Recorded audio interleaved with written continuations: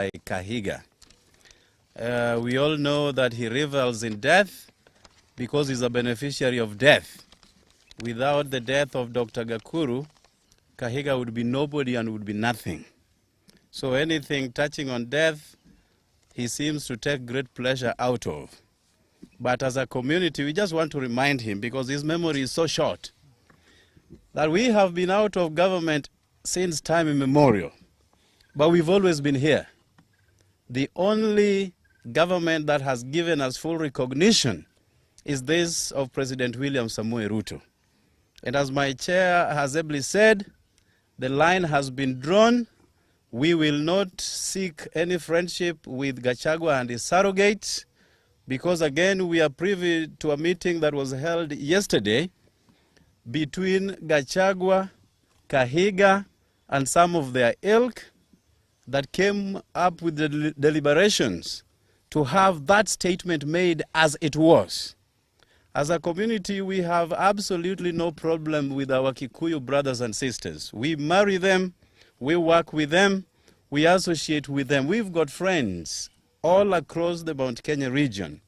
But KAHIGA and Gachagua, as we go into our next elections, Baba put us into this government, and we have to make that very clear. And this government, we shall stay. Anybody harboring any ambition of approaching us, time is long gone. We are not ready for any further association, any further negotiation, but with this government. Thank you. Thank you very much. I also want to join my friends in condemning the words of Governor KAHIGA as primitive and uncalled for.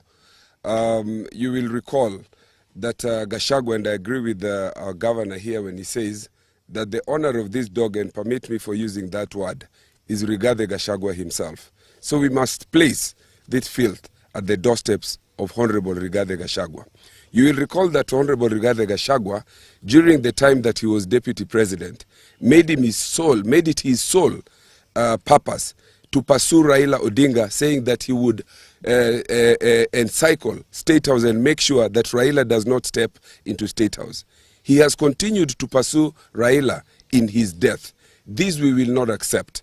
We will not accept this because Governor Rigathi Gachagua himself was a beneficiary. The Constitution 2010, in which he stepped in as deputy president, was as a result of the sweat and blood of Raila Amolo Odinga. Same to the governor of Nyeri County. So we are saying here today that the president and the people of Nyanza should be proud. They should not be made to feel ashamed for any affirmative action that is extended to the people of any region.